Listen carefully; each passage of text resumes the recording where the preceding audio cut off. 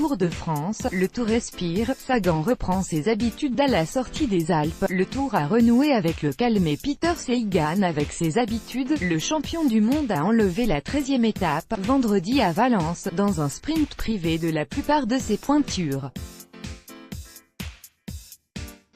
La tension, qui avait culminé la veille dans la montée de l'Alpe d'Huez, est redescendue. Au soulagement général, même si l'Italien Vincenzo Nibali, qui n'a pu repartir, vertèbre fracturée, reste la victime des débordements et de l'imprudence d'un spectateur. C'est une extrême minorité, des gens qui viennent là pour se donner en spectacle et mettre une institution comme le Tour en danger, a enragé Romain Bardet. La course ne mérite pas d'être faussée, a poursuivi le Français qui, comme le directeur du Tour Christian Prudhomme, a demandé du fair-play. On peut décider de soutenir ou pas certains adversaires mais on doit respecter tous les athlètes, aurait-il été entendu ? Sur le podium, le maillot jaune, le Gallois Geraint Thomas, a été plus applaudi que sifflé après cette étape de transition menant dans la vallée du Rhône et conclue par un sprint massif en faveur de Sagan. Peter Sagan sur le podium avec son maillot vert après sa victoire dans la 13e étape du Tour de France, le 20 juillet 2018 à Valence. Copyright AFP, Jeff Pachou. Privé de bon nombre d'adversaires, le Slovaque a ajouté une 3e perle à sa collection 2018, après La Roche-sur-Yon, 2e étape, et Sarzeau, 4e étape.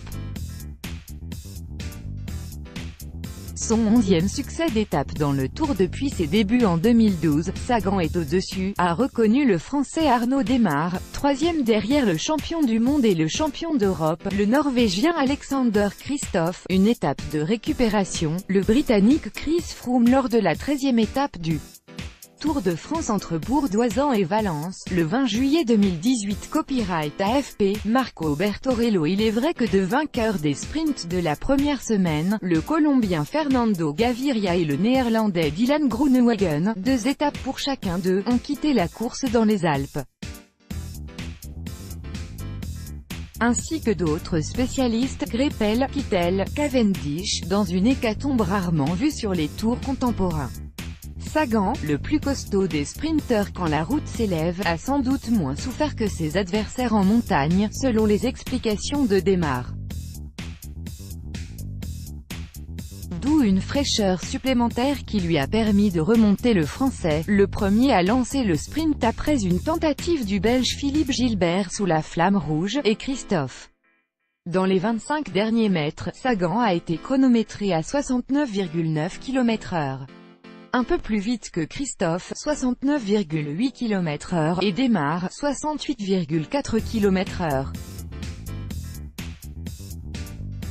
C'était une étape en or, a convenu le vainqueur du jour, qui n'est pas apparu le moins du monde déstabilisé par sa séparation avec son épouse Katarina, a annoncé pendant le Tour. Tout le monde était de retour aux affaires après la montagne et c'était en même temps une étape de récupération, a estimé le Slovaque. Je pensais être un peu en retard à 600 mètres de la ligne mais j'ai pris la roue de Kristoff et c'était la bonne. Sagan a évidemment conforté un maillot vert qui lui est acquis pour la 6e fois, il égalerait ainsi le record d'Éric Zabel, s'il rallie Paris. La bataille de Mende, il est incroyable, c'est un phénomène, il a presque 3 fois plus de points que les autres, a commenté au micro de France Télévisions le Britannique Chris Froome en forçant quelque peu les chiffres, 398 points pour Sagan, 170 pour Kristoff, le quadruple vainqueur du Tour, 2e du classement général à 1 minute 39 secondes. Thomas a évoqué surtout la prochaine arrivée à Mende. La Gallois maillot jaune du Tour de France. Geraint Thomas sur le podium après l'arrivée de la 13e étape, le 20 juillet 2018 à Valence. Copyright AFP, Jeff Pachou. On peut avoir quelques petits écarts entre les favoris, a-t-il estimé en se souvenant du final du Tour 2015 et de la victoire du Britannique Steve Cummings, devant Pinot et Bardet. Ça ferait plaisir de m'imposer mais ce n'est pas facile. Samedi, est la 14e étape, longue de 188 km à partir de Saint-Paul-Trois-Châteaux, franchit les Cévennes pour rejoindre Mende. L'arrivée est jugée sur le plateau de l'aérodrome, 1500 mètres après la fin de la montée de la Croix-Neuve, 3 km à 10,2% de pente, également appelée montée l'Orange à la Berre. La dernière fois, je n'étais pas trop mal à Mende, s'est rappelé Thomas. Je me souviens que c'était une côte très difficile de 3 km, un effort de 10 minutes. Je le ferai à fond, on aura de nouveau une bataille en haut du mur à Mende, a annoncé Bardet, 5e au classement.